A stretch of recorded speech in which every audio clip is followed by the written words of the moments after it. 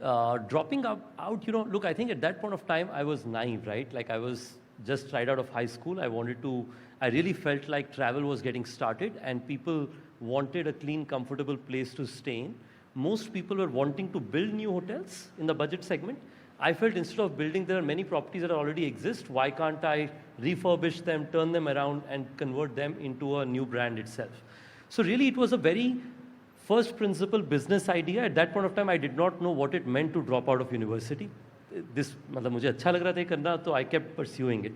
Now when I look back, I feel that was such a bad idea, right? Like I feel like, I had no other choice, right? Like if OYO did not turn out to be successful, I would basically be no graduate, no business, but probably I feel like naivety is very critical when you're building your business. I'm very thankful that over the last 9-10 years, I've been able to build this business along with so many great partners.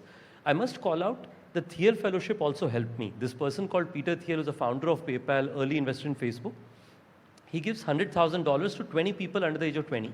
Acceptance rates are lower than Ivy Leagues, but the condition is you have to stop out of university. Now, I felt this was great. On a lighter note, you get paid not to go to university. On a lighter note, but I was the first Asian resident to be a Thiel Fellow. I went to the Bay Area. First time I traveled overseas. And I saw young entrepreneurs who were thinking, like, they had no business. Like there was one of my friends who was building a flash storage company. It had not even started. And his first idea was, I want to build the world's biggest flash storage company. I had one guest house in Gurgaon, and if I said I had to build 10 guest houses in South City, people used to laugh at me. So ability to think big was one thing that I really took away from the Thiel Fellowship, which I think has helped me quite a bit as well. And I'll leave for many SMEs, because the SMEs of today, in my view, are the unicorns of tomorrow. So in some way, thinking big doesn't come with a cost. Investing for it comes with a cost. So सोच तो लो, फिर उसके बाद करना है नहीं करना, you can look at the resources that you have to pursue it. Right. Ritesh, it's easy to talk about success, and when you have a huge success story behind you, like you have, obviously there is a lot to talk about. But I mean, obviously, one is it doesn't come overnight, and second is people don't look at the failures that one goes through before hitting that successful idea. So I want to understand what was going on in your mind when you decided to sell SIM cards when you were in 6th. I don't know how many of you know, but that is what Ritesh used to do when he was in standard 6th, when people are still trying to figure out how to solve a maths problem, including myself.